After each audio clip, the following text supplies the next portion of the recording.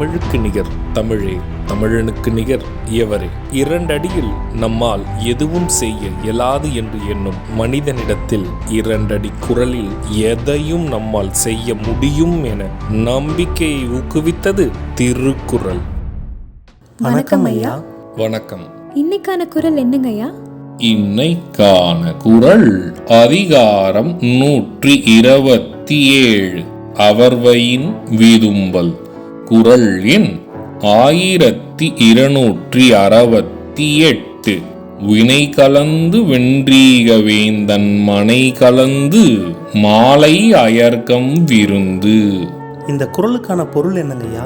இதற்கான பொருள், போருக்கு சென்ற அரசன் வெற்றி வாகை சூடட்டும், என் கணவரும் வீடு திரும்பட்டும், மாலைக்கும் விருந்து வைப்போம், மணாளர் வந்து விட்டால் விருந்து மட்டுமா வைப்பால், வேடிக்கையே காட்ட மாட்டாளா? இதுக்கு ஒரு சின்ன உதாரணம் சொல்றீங்களா?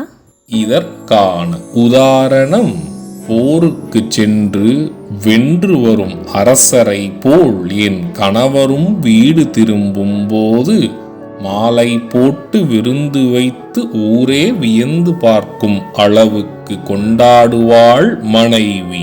நான் சொன்ன குறளும் அதோட விளக்கமும் உங்களுக்கு பயனுள்ளதா இருந்ததா?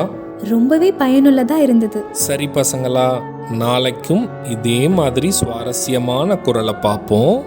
நாளைக்கும் இதே மாதிரி இன்னொரு குறள் பத்தி தெரிஞ்சுக்க ஆர்வமாவும் இருக்கும்.